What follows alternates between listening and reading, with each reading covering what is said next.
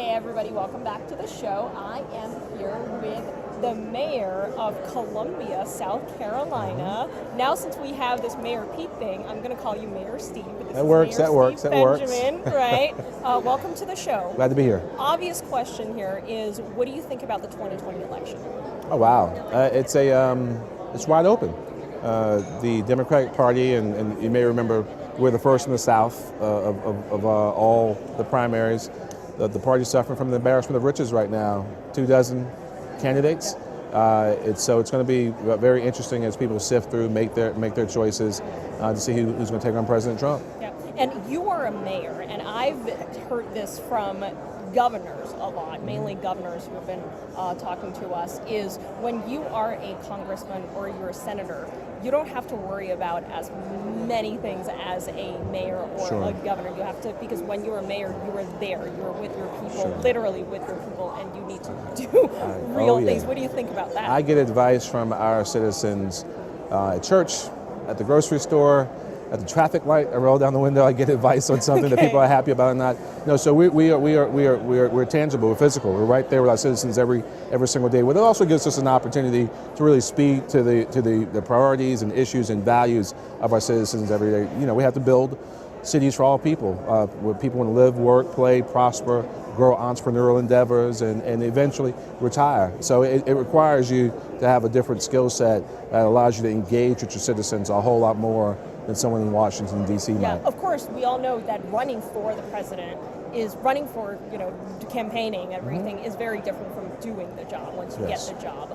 But do you think as a mayor or a governor, the person is more likely to do a better job once he or she becomes the president? Well, I'm a firm believer that you ought to campaign the way that you plan to govern. Which doesn't always happen. No, it does not. Yeah. It does not. But I believe that you should. I believe that the language you use, the messaging that you communicate, ought to always be inclusive and bring people together. If you do that, then regardless if you're running on the D or the R or as an independent side of the aisle, then it helps build a much stronger body politic. Okay, but what about if you have the experience as a senator or a congressman? What's their edge?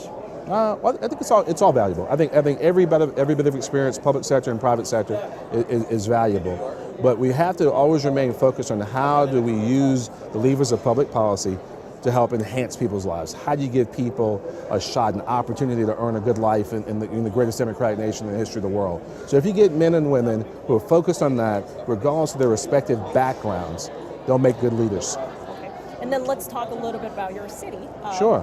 Columbia, South Carolina. I have been there. I have been to Fort Jackson for my friends who are serving in the U.S. Army. Why should people visit South Carolina, and why should people visit your town? South Carolina is a wonderful state. Our city is the first planned capital city in America. Not only the capital of our state, but the home to Fort Jackson. We train the majority of the Army's soldiers, the best fighting force the world's ever seen. We're home to Carnegie Research One University, University of South Carolina, and also several other colleges, 2 HBCUs as well. We're a microcosm of society. We have citizens and residents from every one of the 194 sovereign nations of the world, speak 90 different languages, serve different religions. It is a wonderful place that's developing a strong food culture, tourism culture. It's an exciting place that we've seen $2 billion worth of capital flow into our city, restaurants and bars and arts institutions and independent film houses. It's representative of the rising American city.